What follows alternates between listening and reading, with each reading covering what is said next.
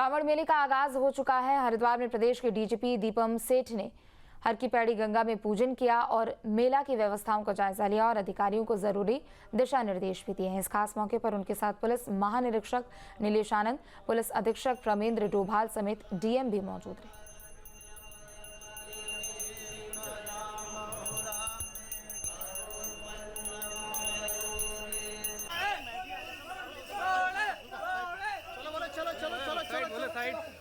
हम लोग यहाँ सभी प्रशासन और पुलिस की जो पूरी टीम है, आज हमने यहाँ एकत्र होके माँ गंगा का आशीर्वाद लिया है और प्रार्थना की है कि ये सब जो आयोजन है इतने बृहद स्तर का, जिसमें इतने राज्य के जो प्रशासनिक और पुलिस बल बहुत समय से मेहनत कर रहे हैं और हमारे इतने राज्यों से भारी करोड़ों की संख्या में कांवड़ जो हमारे लेकर आएंगे यहाँ देश की आस्था लेकर, उन सब के लिए ये जो आयोजन हो रहा है वो सकुशल और निर्विघ्न संपन्न हो, ऐसी हमने आज प्रार्थना की।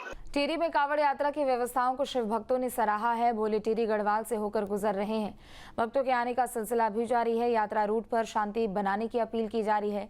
कांवड़ियों के मार्ग पर जगह जगह अच्छी व्यवस्था होने से कांवड़ यात्रा अपने दूसरे चरण पर सुगमता से चल रही है। लक्ष्मण झूला, राम झूला, चंद्रभागा तिराहे और भद्रकाली तिराहे पर जगह जगह पुलिस की कैनोपी है, तो वहीं भक्तों को प्रशासन का पूरा सहयोग मिल रहा है। मेरा नाम जितेंद्र नागर है। मैं फरीदाबाद का रहने वाला हूं। मैं गोमुख से आया हूं और मैं 25 जून से चल रहा हूं। जिला प्रशासन की पूछी जाए तो जिला प्रशासन एक नंबर है, हर तरह से सुविधा देते हैं। ऊपर जाने के लिए भी जो परमिशन वगैरह है, पंजीकरण है, उसमें कोई किसी की कोई कमी नहीं है। तो जिला प्रशासन की हर तरह से जितनी मदद हो सकती है उन जिला प्रशासन ने उतनी मदद की है।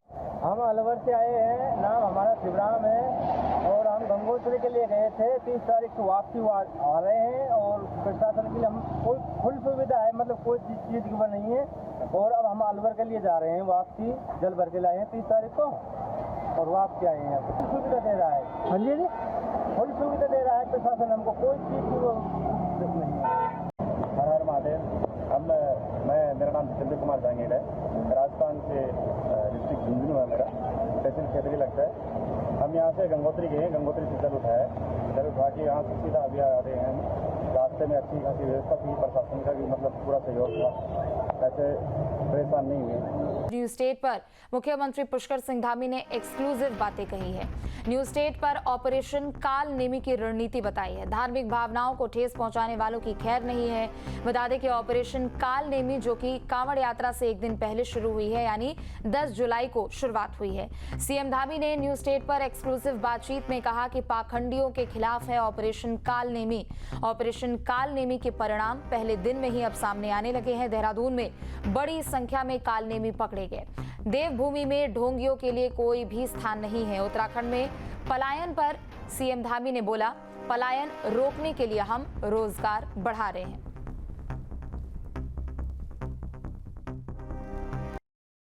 कई मुद्दे हैं और मेरे साथ बातचीत करने के लिए मुख्यमंत्री पुष्कर सिंह धामी जी हैं, तो उन्हीं से बातचीत करते हैं। 4 साल भी पूरे हो गए हैं और 4 साल बेमिसाल क्या कहते हैं, उन्हीं से बात करते हैं। धामी जी, 4 साल एक तो पूरे हो गए, उसकी आपको बहुत शुभकामनाएं। उसी पर कुछ बताइए कि 4 साल का अनुभव किस तरह का रहा है। मैं सबसे पहले तो देवभूमि उत्तराखंड की समस्त जनता का आभार व्यक्त करता हूं कि उनके आशीर्वाद से राज्य आज तेज़ी से आगे बढ़ रहा है। हमारे प्रधानमंत्री श्री नरेंद्र मोदी जी की प्रेरणा से आज हमारे राज्य को अनेक नवाचार के क्षेत्र में अनेक उपलब्धियां, अनेक निर्णय जो आज पूरे देश के लिए भी एक उदाहरण बने हैं। इन 4 सालों में अनेक प्रयास किए गए हैं। अनेक योजनाएं जो भारत सरकार के स्तर पर बरसों से लंबित थी, उन सभी योजनाओं को स्वीकृति मिली है। जैसे देहरादून में लखवाड़ बांध, पिछले 50 सालों से लखवाड़ बांध लंबित था, आज लखवाड़ बांध हमारा निर्माण की प्रक्रिया में आ गया है। इसी प्रकार देहरादून में ही पेयजल की समस्या के निवारण के लिए सौंग डैम, वो अभी निर्माण की प्रक्रिया में आ गया है। तो वहीं उत्तराखंड पंचायत चुनाव को लेकर एक बार फिर नैनीताल हाईकोर्ट का बड़ा आदेश सामने आया है। हाईकोर्ट की डबल बेंच ने राज्य निर्वाचन आयोग के उस आदेश पर रोक लगा दी है जिसमें नगर निकाय और ग्राम पंचायत दोनों जगहों के मतदाता सूची में नाम होने के बावजूद उम्मीदवारों को चुनाव लड़ने की छूट दी गई थी। मुख्य न्यायाधीश और न्यायमूर्ति आलोक मेहरा की खंडपीठ ने स्पष्ट कहा कि कोई भी व्यक्ति एक ही समय में नगर और ग्रामीण दोनों क्षेत्रों से चुनाव नहीं लड़ सकता। यदि किसी व्यक्ति का नाम दो अलग अलग मतदाता सूचियों में है तो ना ये केवल नियमों का उल्लंघन है बल्कि संविधान की भावना और निष्पक्ष चुनाव प्रक्रिया के खिलाफ भी है। आदमी एक ही जगह या कोई महिला एक ही जगह के वोटर हो सकते हैं, यानी कि वो अगर एक नगर पालिका के वोटर हैं तो वो नगर पालिका के ही वोटर रहेंगे और वो चुनाव लड़ने के लिए पंचायत नहीं जा सकते। तो जबकि एक्ट में स्पष्ट प्रावधान है, कहीं ना कहीं उस प्रावधान को गोलमोल करके एक क्लैरिफिकेशन राज्य निर्वाचन आयोग ने 6 जुलाई 2025 को सबको जारी कर दिया। इस क्लैरिफिकेशन को चुनौती दी गई है। वो प्रथम दृष्टया सही मानते हुए माननीय उच्च न्यायालय ने इस नोटिफिकेशन को 6 जुलाई 2025 के नोटिफिकेशन को स्टे कर दिया है। उन्होंने कहा है कि इस क्लैरिफिकेशन पर एक्ट अपॉन नहीं किया जाएगा। इंसान एक ही जगह का वोटर हो सकता है, एक ही जगह चुनाव लड़ सकता है, उसी के मुताबिक चुनाव कराए जाएंगे।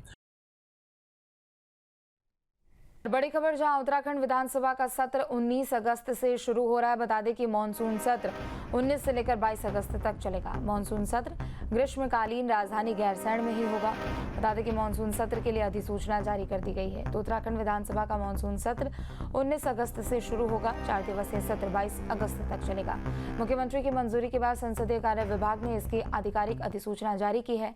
सत्र की कार्यवाही विधानसभा भवन भराड़ीसैंण में आयोजित की जाएगी। पूर्व मुख्यमंत्री हरीश रावत ने वन नेशन वन इलेक्शन को लेकर बीजेपी पर निशाना साधा और जनता पर थोपने वाला फैसला बताया। साथ ही ऑपरेशन सिंदूर पर भी अपनी प्रतिक्रिया दी है। उन्होंने कहा, हमारी सेनाओं ने दुनिया को दिखाया है और हमें अपने सैनिकों पर गर्व है। सुनिए। यदि आपकी नज़र ये हो कि कुछ राज्यों में जो क्षेत्रीय ताकतें हैं उनको आप पराजित करना चाहते हैं तो उसके लिए ये तरीका नहीं है वन नेशन वन इलेक्शन का। उसके लिए आप वहाँ अपनी पार्टियों को तैयार करिए और उनका जो क्षेत्रीय एजेंडा है उस एजेंडे को जो है आप अपने में समाहित करिए। कोई दूसरा ऐसा फॉर्मूला निकालना जो देश के ऊपर थोपा जाए वो स्वीकार्य नहीं है। इससे देश की भावनात्मक एकता पर चोट लगेगी और उसके साथ छेड़छाड़ करना हम कांग्रेस को कम से कम स्वीकार्य नहीं है।